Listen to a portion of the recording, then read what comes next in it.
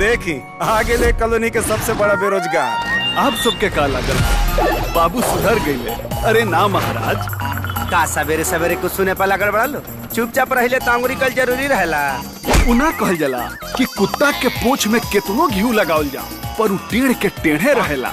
हाँ तो घर का हम बेटा थोड़ी है, हम तो घर के ड्राइवर है। भैया एगो बात कही, कह। जूता खाए वाला काम तो तू कइले बड़ो गुरु।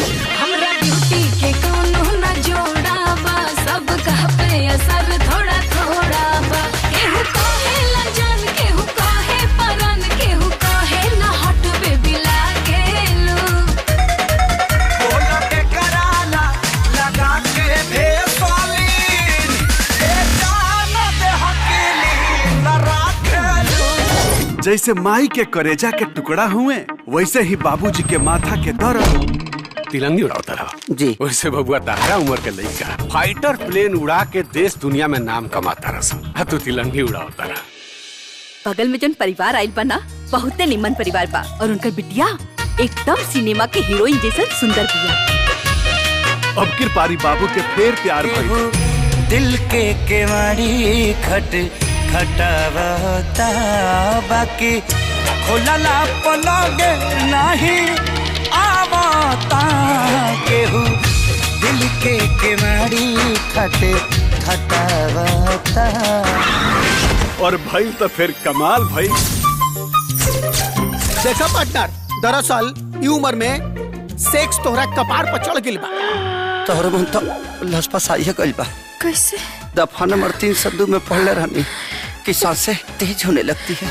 काहेला इतना भइल बड़ा पागल, ऐसन का खास बात हमरा में लागल। भौरा बनके काहे लगला तू छुए। उठावा से माथू चूए, सुना ये सहजनिया।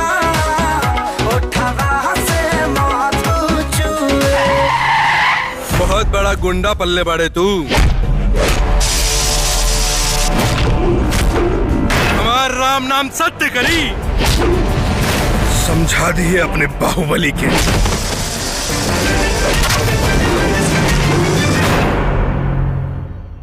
और द्वार पर खनी खा के कौन थुकले बा? खैनी के थोके कौआ हुआ भगले यहाँ सा। पता तो लगाइए ले कि कौना कौआ के खेला। निचला में ढेर वोल्टेज बा का? कहता तोहरो वही में फंसा दी का। ठीक नहीं खे बुझात तोहर नियत, कुछ कारी बुझाता नजरिया हो।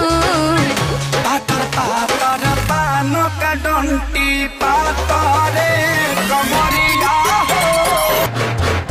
और बाबू के का पता रहे कि जब इनकरा मोहब्बत के गाड़ी अपन रफ्तार पकड़ी तब्बे पटरी उखड़ जाए।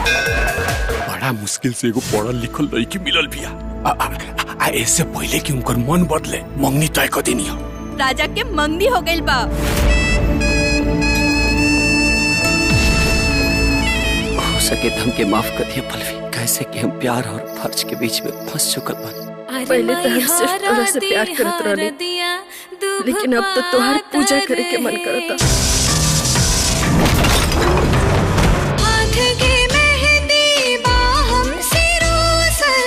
जरूरी तो नहीं है कि सबके राधा वाला ही प्यार मिले। शायद हमरा भाग्य में मीरा वाला प्यार लिखल बा।